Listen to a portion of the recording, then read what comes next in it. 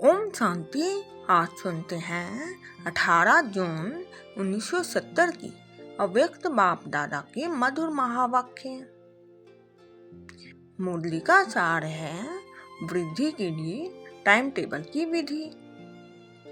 बाबा ने कहा, बाप दादा 1 सेकंड में अव्यक्त से व्यक्त में आ गया, वैसे बच्चे भी 1 सेकंड में व्यक्त से अव्यक्त हो सकते हैं। बाबा ने कहा, जब चाहें तब अपने मुख से बोलें और जब चाहें अपने मुख को बंद करें। वैसे ही बुद्धि को जब चाहें तब चलाएं, जब चाहें तब न चलाएं। ऐसा अभ्यास करना है। अगर इस बात का अभ्यास मजबूत होगा तो अपनी स्थिति भी मजबूत बना सकेंगे। यह है अपनी स्थिति की वृद्धि की विधि। बाबा ने कहा, आज बाप दादा हर एक की वृद्धि और विधि दोनों देख रहे हैं। हर एक अपने आप से पूछें कि वृद्धि हो रही है। मेजॉरिटी अपनी वृद्धि से संतुष्ट है। बाबा ने कहा, ये चेक करना है कि सारे दिन में अव्यक्त स्थिति कितना समय रहती है। वर्तमान समय पढ़ाई की मुख्य सब्जेक्ट कौन सी चल रही है? मुख्य सब्जेक्ट यह है जो पढ़ रहे हो ना, कि ज़्यादा से ज़्यादा अव्यक्त स्थिति बने। मुख्य सब्जेक्ट में रिजल्ट तो कम है। बाबा ने कहा, अगर विधि है तो वृद्धि क्यों नहीं रहती? कारण क्या है? विधि का सारा ज्ञान स्पष्ट बुद्धि में आता है, लेकिन एक बात नहीं आती जिसके कारण विधि का मालूम होते भी वृद्धि नहीं होती। वह कौन सी बात है जो नहीं आती? वह यह है कि विस्तार करना और विस्तार में जाना आता है, लेकिन विस्तार को जब चाहें तब समेटना और क्षमा लेना, यह प्रैक्टिस कम है। ज्ञान के विस्तार में आना भी जानते हो, लेकिन ज्ञान के विस्तार को क्षमा कर ज्ञान स्वरूप बन जाना, बीज रूप बन जाना, इसकी प्रैक्टिस कम है। बाबा ने कहा, सारे विश्व में बड़े से बड़े कौन हैं? हम ब्राह्मण। बड़े से बड़े आदमी क्या करते हैं? आजकल के जो बड़े आदमी हैं वह क्या साधन अपनाते हैं जिससे बड़े बड़े कार्य भी सफल पाते हैं? वह पहले अपने समय को सेट करते हैं, अपना टाइम टेबल बनाते हैं। जितना बहुत बिजी होगा उतना उसका 1-1 घंटे का टाइम टेबल बनाते हैं। अगर टाइम टेबल नहीं होगा तो टाइम को सफल नहीं कर सकेंगे। टाइम को सफल नहीं करेंगे तो कार्य भी सफल नहीं होगा। इसलिए आजकल के बड़े आदमी हर समय का टाइम टेबल बनाते हैं, अपनी डायरी में नोट रखते हैं। जब आप ब्राह्मण बड़े से बड़े हो तो आप अपना टाइम टेबल रखते हो। यह एक विधि है। जैसे वह लोग सवेरे दिन आरंभ होते भी टाइम टेबल बनाते हैं, इस रीति आप हर एक अमृत वेले से ही टाइम टेबल बनाओ कि आज के दिन क्या क्या करना है। जैसे शारीरिक कार्य का टाइम टेबल बना है, वैसे आत्मा की उन्नति का भी टाइम टेबल बनाओ। समझा? इसमें अटेंशन और चेकिंग कम है। अब ऐसा टाइम टेबल बनाओ जैसे वह लोग अपने प्लान बनाते हैं। आज के दिन इतने कार्य समाप्त करने हैं। इस रीति आज के दिन अव्यक्त स्थिति का इतना % और इतना समय निकालना है। टाइम प्रमाण चलने से एक ही दिन में अनेक कार्य कर सकते हैं। टाइम टेबल नहीं होगा तो अनेक प्रकार के कार्य नहीं कर सकेंगे। तो अपनी डायरी बनाओ। जैसे 1 घंटे का स्थूल कार्य बना हुआ है, इस रीति आत्मा की उन्नति का कार्य नोट करो, प्लान बनाओ। फिर जैसे स्थूल कार्य करने के बाद उस पर राइट डालते हो ना, यह हो चुका है, यह नहीं हुआ। इस रीति जो भी प्लान बनाते हो वह कहाँ तक प्रैक्टिकल में हुआ व नहीं हुआ, न होने के कारण और साथ उसका निवारण का साधन सोचकर आगे चढ़ते जाओ। आज के दिन यह करके ही छोड़ूंगा, ऐसे ऐसे पहले से प्रतिज्ञा करो। कोई भी कार्य के लिए पहले प्रतिज्ञा होती है, फिर प्लान होता है, फिर होता है प्रैक्टिकल, और प्रैक्टिकल के बाद फिर होती है चेकिंग, यह हुआ ये नहीं हुआ। चेकिंग के बाद जो बीती सो बीती, आगे उन्नति का साधन रखते हैं। जैसे आप लोग ने नए विद्यार्थियों के लिए साप्ताहिक पाठ्यक्रम बनाया है ना, तो आत्मा की उन्नति के लिए भी साप्ताहिक प्लान बना सकते हो। जैसे यहाँ मधुबन में जब आते हो तो कुछ छोड़ कर जाते हो, कुछ भर के जाते हो। इस रीति से हर दिन कुछ छोड़ो और कुछ भरो।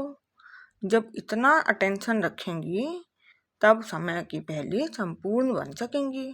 समय के अनुसार अगर संपूर्ण बने तो उसकी इतनी प्राप्ति नहीं होती है। समय के पहले संपूर्ण बनना है। संपूर्णता क्या चीज है, उसका अनुभव कब करेंगे? ईश्वरीय अतीन्द्रिय सुख निरंतर क्या होता है, उसका अनुभव यहाँ ही करना है। अब देखेंगे कि कायदे मुजीब कैसे अपना टाइम टेबल व साप्ताहिक कार्यक्रम बनाते हैं। बाबा ने कहा, जितना जो सेंसिबल होते हैं वह ऐसे कार्य यथार्थ रीति से कर सकते हैं।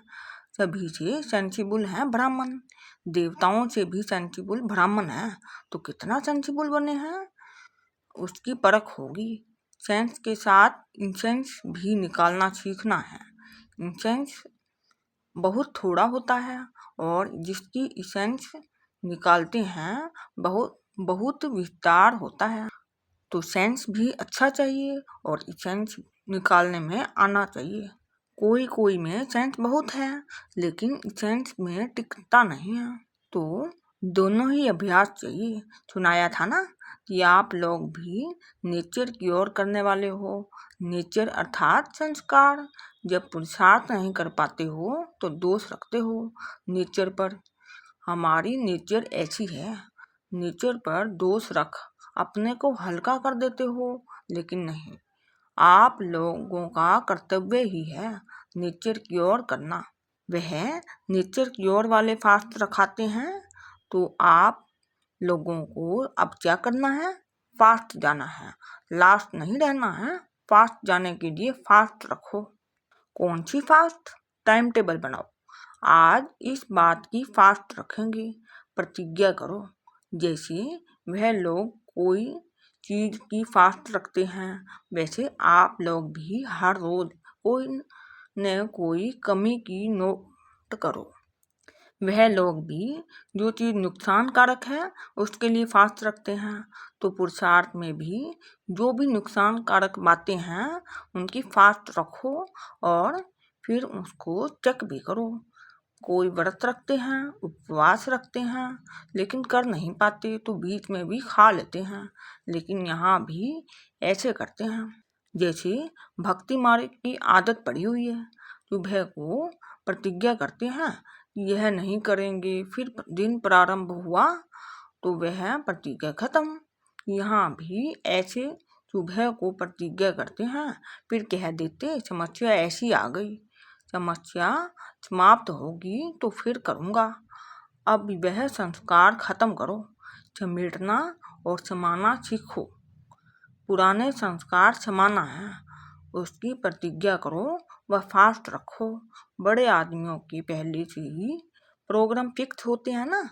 आप लोग तो सभी से बड़े हो, तो अपना प्रोग्राम भी 6 मास का फिक्स करो। यह कार्य करके ही छोड़ूंगा, बंद कर ही छोड़ूंगा। जब इतना निश्चय बुद्धि बनेगी तब विजयी बनेंगे। बाप में तो निश्चय है, लेकिन अपने में भी निश्चय बुद्धि होकर कार्य करो तो फिर विजय ही विजय है। विजय के आगे समस्या कोई चीज नहीं है। फिर वह समस्या नहीं फील होगी, लेकिन खेल फील होगा। खेल खुशी से किया जाता है।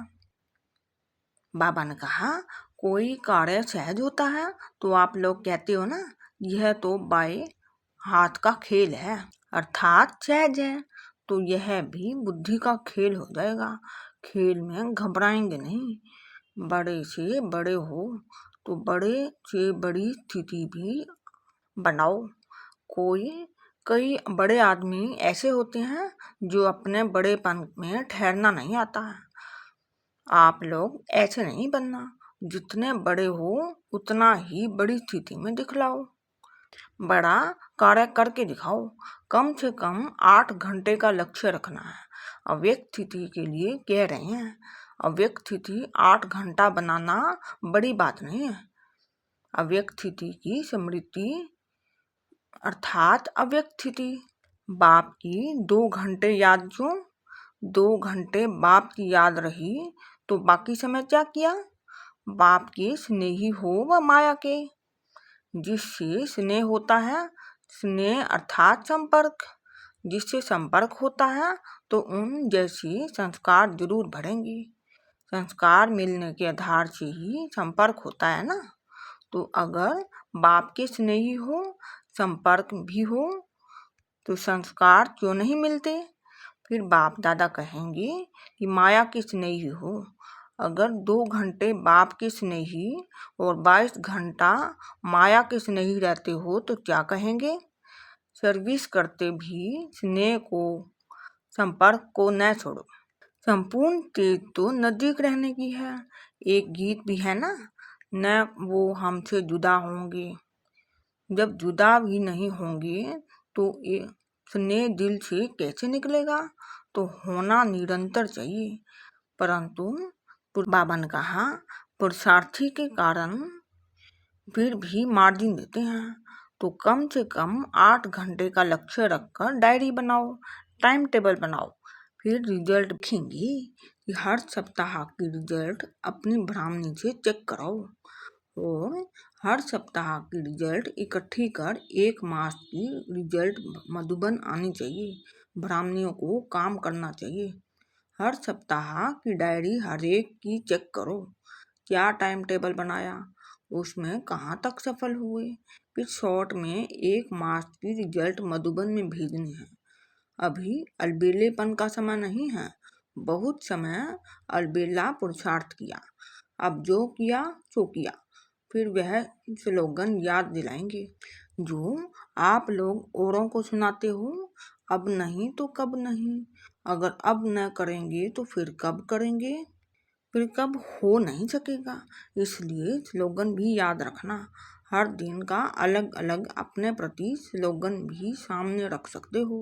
जैसे ये स्लोगन है कि जो कर्म मैं करूँगा मुझे देख और करेंगे।